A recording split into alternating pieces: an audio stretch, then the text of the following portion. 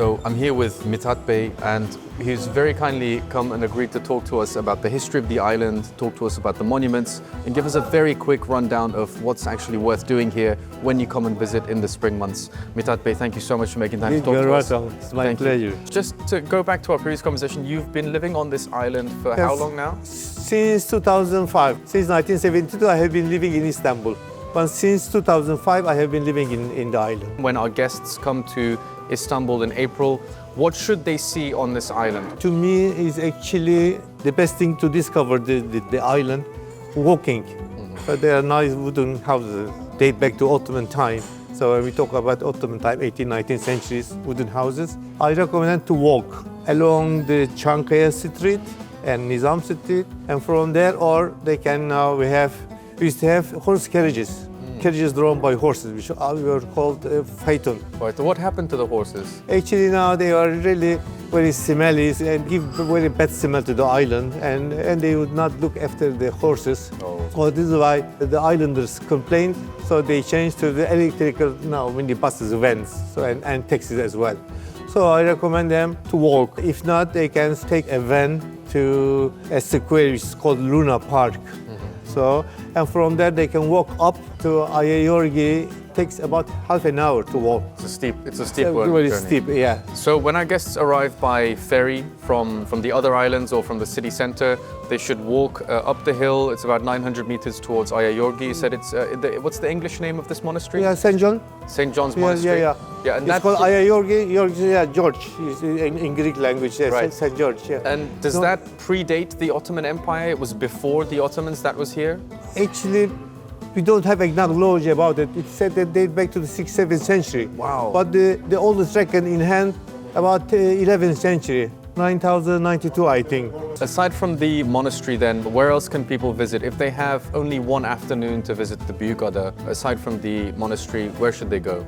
Yeah, except actually how many monasteries we have? I think 3 monasteries in the island, which is what's called Prinkipo. Prinkipo means the island of the prince. So actually, we should talk about what time they started to live here, people.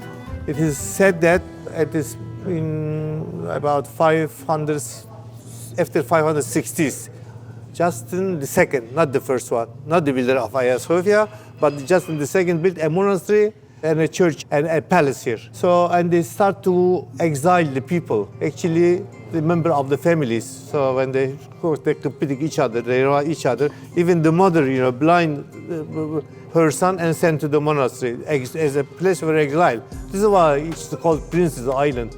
It was a place for exile. The first settlement was called Karya. Karya means village in Arabic language.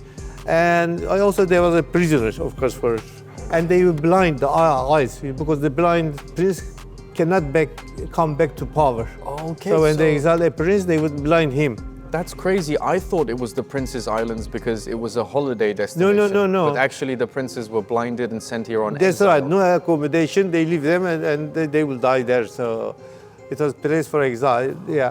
And the people living here, they would make their living on fishing, and they were growing olives and obtain olive oil and vineyards. Okay. But later on, they planted those pine trees. I know food is a huge part of Turkish culture. We just had some amazing food here at the Ali Baba restaurant, but what would you recommend that people should eat if they come here in April? Yeah, every region has their own culture, or food culture. The starters, which are called mezes, we learned this from the other nations, like Greek and Armenian. They're expert about those mezes, the starters.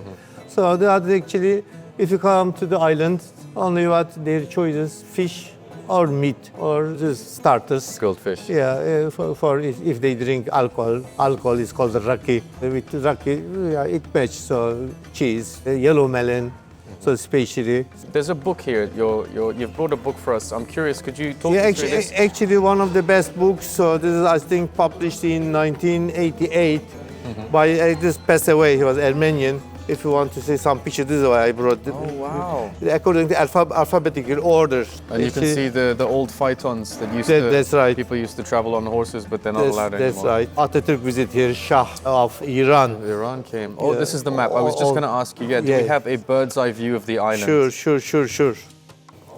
It's a lot more populated. Well, it looks a lot more populated when you have a bird's eye view. From down here, you don't see much. How many people live on the island, roughly? About 7,600 in Büyükada, which was called Principal. Actually, there are 9 islands which are called Prince Island. 5 of them inhabited. So the first one, probably you noticed Heybeliada, Büyükada, and then behind that island there is Sedefada, mother of pearl, Sedefadası. In all 5 islands, about 17,000 people living all year round. But in summertime, reach to 40,000-50,000. Wow. Weekends, Saturday, Sunday, or when we have the religious holidays, long holiday, 2-3 days, so reach to 150,000 people. That makes a lot of sense. So it really sounds like it's too cold now. It's going to be too busy in peak season at the peak of summer for the tourists. So springtime, late April, early May sounds like a pretty It's good a good time, that's right. As an islander, so we like April, May, and September, October. So sometimes, we have warm in November. So we call it pastırma yazı because it's pastrami, so dried that time, when we have sunshine, so they dried the pastrami made at that time. So if you had to say to a tourist who's never been to the islands, is it possible for them to do all of the islands in one day or half a day? Yeah, half day actually is not enough. As long can preserve for the island. As a tour guide, we used to come, take the boat 9:30, 10, come here around 12.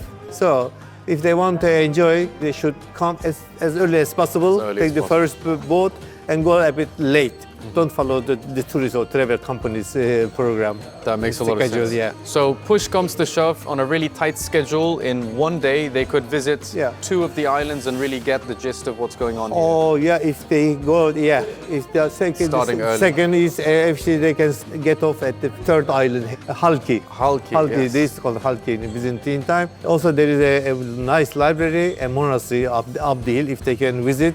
I think now it's open from there, so they can take the next boat and come here. They can walk a little bit, 700-800 meters, following the police station, the clock tower, walk along the Çankaya Street. So from that they can come back. Also, it will take maybe half an hour. If also there's a nice cafe restaurant there, they can enjoy a drink, or they can just take picture of the other island, Sedef Island. And then they continue their journey back. Thank you so much. I really appreciate it. It's my pleasure. Thank you very much. Very nice of you. Thank you.